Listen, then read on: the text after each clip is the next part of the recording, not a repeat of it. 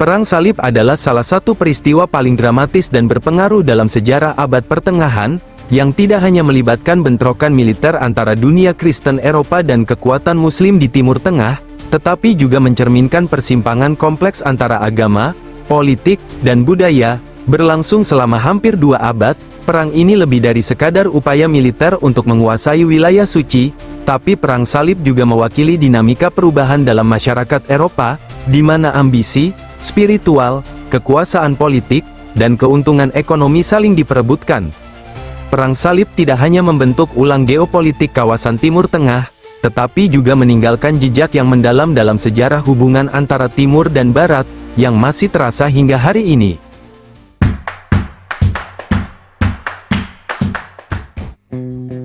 Perang Salib adalah serangkaian kampanye militer yang berlangsung antara abad ke-11 hingga abad ke-13, dengan tujuan utama merebut kembali tanah suci yaitu Palestina, khususnya Yerusalem dari kekuasaan Muslim. Konflik ini dipicu oleh ketegangan agama antara Kristen dan Islam, meskipun berbagai motif politik, ekonomi, dan sosial juga turut berperan. Pada abad ke-7, kekhalifahan Islam berkembang pesat dan merebut banyak wilayah di Timur Tengah, termasuk Yerusalem yang sebelumnya berada di bawah kekuasaan Kekaisaran Bizantium yang beragama Kristen. Yerusalem adalah kota suci bagi 3 agama besar, Kristen, Islam, dan Yahudi, sehingga perebutan atas kota ini memicu konflik berkelanjutan. Kekaisaran Bizantium, yang dipimpin oleh Alexius I Komnenus, yang merasa terancam oleh ekspansi Muslim, memainkan peran penting dalam memanggil bantuan dari Paus Urbanus II, yang kemudian menjadi memicu terjadinya perang. Pada tahun 1095, Paus Urbanus II dalam Konsili Clermont mengeluarkan seruan kepada umat Kristen Eropa untuk bersatu dan melakukan perang suci krusade guna merebut kembali Yerusalem dari tangan Muslim. Urbanus menyerukan kepada umat Kristen Eropa untuk merebut Yerusalem dari kekuasaan Muslim, menjanjikan pengampunan dosa bagi para pejuang. Meskipun ia meninggal pada tanggal 29 Juli tahun 1099, sebelum Yerusalem direbut, seruannya mengubah sejarah Eropa dan Timur Tengah. Perang Salib pertama dimulai pada tahun 1096 dan dianggap sebagai yang paling sukses. Tentara Salib, yang terdiri dari bangsawan, ksatria, dan rakyat jelata dari berbagai negara Eropa seperti Prancis, Jerman, dan Italia, berangkat menuju Timur Tengah. Di sepanjang perjalanan, mereka menghadapi berbagai kesulitan, termasuk kekurangan pasokan makanan, penyakit, dan konflik internal. Meskipun banyak tentara meninggal di perjalanan, pasukan ini terus bergerak maju. Pada tahun 1097, tentara Salib merebut Nicea dari Seljuk Turki, yang merupakan kemenangan penting pertama. Selanjutnya, mereka melanjutkan perjalanan menuju Antiokhia dan, setelah pengepungan panjang dan berdarah, berhasil merebut kota ini pada tahun 1098. Pengepungan Antiokhia adalah salah satu peristiwa paling brutal dalam perang ini, di mana banyak tentara Salib tewas karena kelaparan dan serangan musuh. Puncak Perang Salib pertama terjadi pada Juli tahun 1099, ketika tentara Salib mencapai Yerusalem. Setelah pengepungan yang berlangsung selama beberapa minggu, mereka berhasil menembus tembok kota dan merebut Yerusalem dari dinasti Fatimiyah Muslim. Perebutan Yerusalem diwarnai oleh kekerasan ekstrim, di mana banyak penduduk Muslim dan Yahudi dibantai oleh tentara Salib. Setelah kemenangan Perang Salib pertama, tentara Salib berhasil merebut Yerusalem dan mendirikan beberapa negara Salib seperti Kerajaan Yerusalem, County Edessa, dan County Tripoli, yang dipimpin oleh Godfrey dari Bouillon sebagai pelindung. Penaklukan ini menandai akhir dari Perang Salib pertama. Namun, pada tahun 1144, Edessa direbut oleh pasukan Muslim yang dipimpin oleh Zengi, gubernur Mosul dan Aleppo. Hal ini menimbulkan kekhawatiran di kalangan Kristen Eropa, dan Paus Eugenius III menyerukan Perang Salib baru. Perang Salib kedua dipimpin oleh 2 raja besar Eropa, yaitu Louis VII dari Prancis dan Konrad III dari Jerman. Keduanya memimpin tentara besar melalui darat menuju Timur Tengah, dengan tujuan merebut kembali Edessa dan memperkuat posisi Kristen di wilayah tersebut. Perang Salib kedua dimulai dengan pergerakan pasukan besar dari Eropa, tetapi perjalanan mereka melalui Anatolia mengalami banyak rintangan. Pasukan Konrad ketiga dari Jerman mengalami kekalahan telak di tangan Seljuk Turki di dekat Dorilaem, sehingga sebagian besar tentaranya hancur. Louis ketujuh dan pasukannya juga mengalami kekalahan di Anatolia sebelum mencapai Tanah Suci.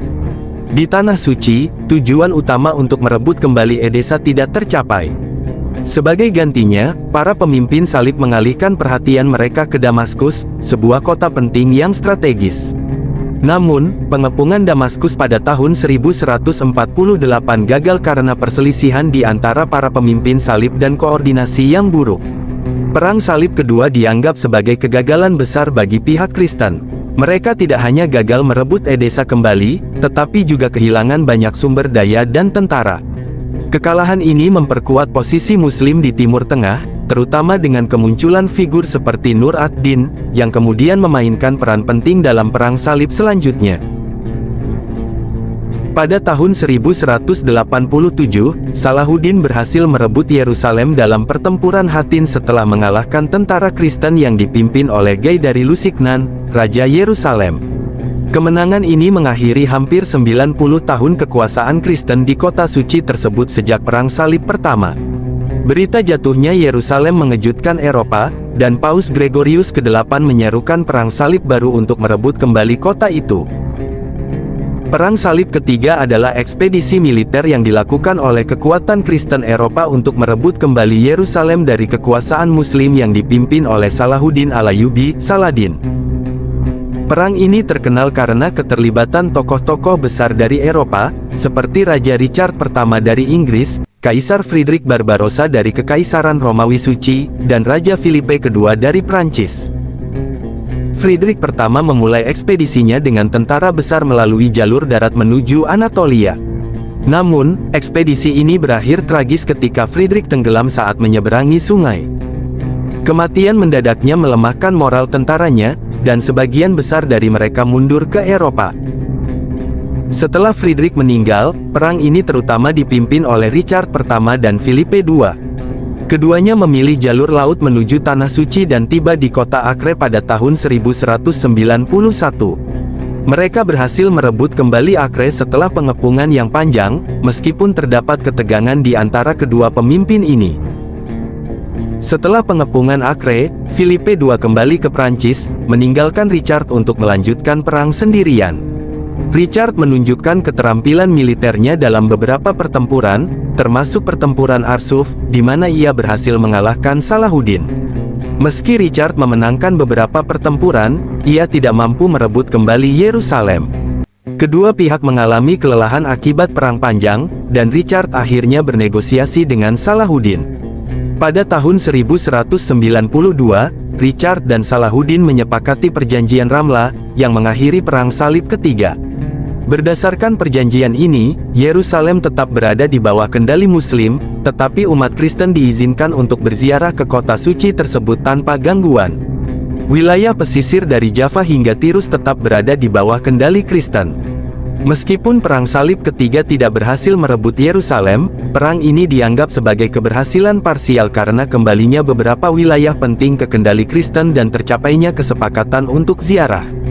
Richard pertama menjadi pahlawan di Eropa karena keberaniannya, sementara Salahuddin dipuji karena kebijaksanaannya dalam memperlakukan lawannya. Perang ini sangat mengubah dinamika politik dan ekonomi di Mediterania Timur. Pada akhir abad ke-12, meskipun Perang Salib ketiga berhasil mencapai beberapa keberhasilan, Yerusalem masih tetap berada di bawah kekuasaan Muslim. Paus Innocentius ketiga, yang baru menjabat pada tahun 1198, menyerukan Perang Salib baru untuk merebut Yerusalem. Ia berharap dapat menyatukan kembali Kristen Barat dan Timur setelah skisma tahun 1054 dan mengembalikan kendali Yerusalem kepada Kristen. Pasukan salib yang dikumpulkan untuk Perang Salib keempat awalnya merencanakan untuk menyerang Mesir, yang saat itu menjadi kekuatan Muslim utama di Timur Tengah, sebagai langkah awal sebelum menuju Yerusalem. Namun, mereka menghadapi masalah keuangan yang serius. Ketika para ksatria tiba di Venesia pada tahun 1202 untuk menggunakan kapal Venesia menuju Timur Tengah, mereka tidak memiliki cukup uang untuk membayar biaya transportasi yang telah disepakati. Dalam krisis keuangan ini, Doge pemimpin Venesia, Enrico Dandolo, menawarkan kesepakatan. Sebagai ganti biaya transportasi, pasukan salib setuju untuk membantu Venesia merebut kota Zara kini Zadar, di Kroasia, yang memberontak melawan Venesia. Kota ini merupakan kota Kristen, dan serangan ini melanggar kehendak Paus, tetapi tentara salib tetap melakukannya pada tahun 1202. Setelah menaklukkan Zara, pasukan salib kemudian terlibat dalam konflik politik yang lebih besar di Kekaisaran Bizantium. Alexios keempat Angelos, putra mantan Kaisar Bizantium yang digulingkan, meminta bantuan tentara salib untuk merebut kembali tahta di Konstantinopel. Ia menjanjikan hadiah besar, serta dukungan militer dan gerejawi, jika mereka membantunya menjadi kaisar. Pada tahun 1203, pasukan salib berangkat ke Konstantinopel dan berhasil menggulingkan Kaisar Alexios III, menempatkan Alexios keempat sebagai kaisar. Namun, ketika Alexios keempat gagal memenuhi janji pembayaran yang dijanjikan, ketegangan meningkat. Pada awal tahun 1204, Alexios keempat dibunuh, dan sebuah rezim baru yang anti pasukan salib mengambil alih kekuasaan di Konstantinopel. Dengan marah karena tidak mendapatkan pembayaran dan merasa dikhianati, pasukan salib memutuskan untuk menyerang dan menjarah Konstantinopel pada bulan April tahun 1204. Kota tersebut, yang merupakan salah satu kota terbesar dan terkaya di dunia pada saat itu, dijarah habis-habisan.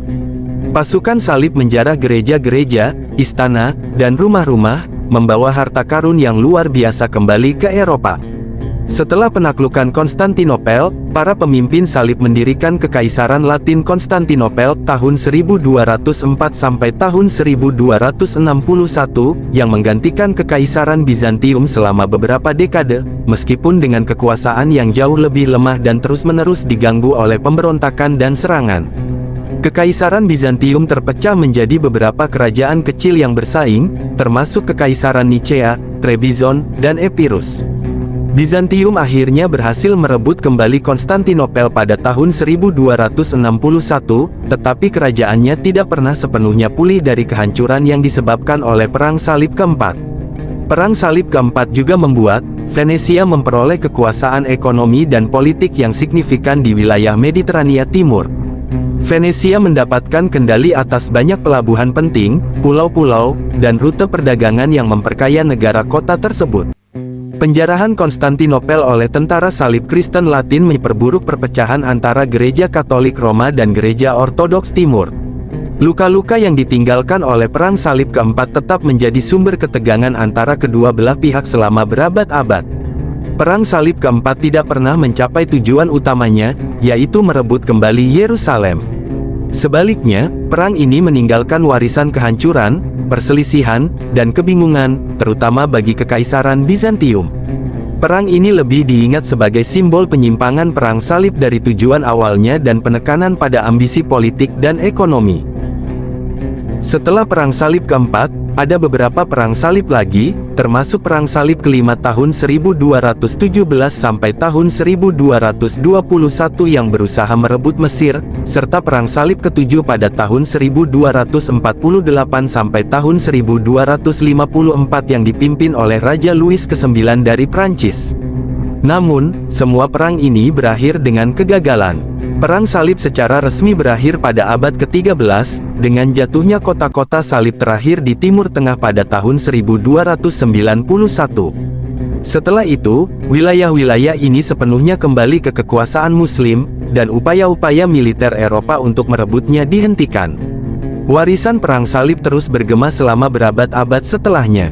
Mereka meninggalkan jejak yang dalam pada hubungan antara dunia timur dan barat, memperdalam perpecahan antara gereja Katolik dan Ortodoks, serta mendorong perdagangan, pengetahuan, dan pengaruh budaya antara Eropa dan Timur Tengah. Namun, pada akhirnya, Perang Salib juga merupakan pengingat akan dampak dari peperangan yang dibungkus dengan ambisi religius dan politis, dan bagaimana perang itu seringkali mengorbankan perdamaian yang sebenarnya diinginkan oleh banyak pihak.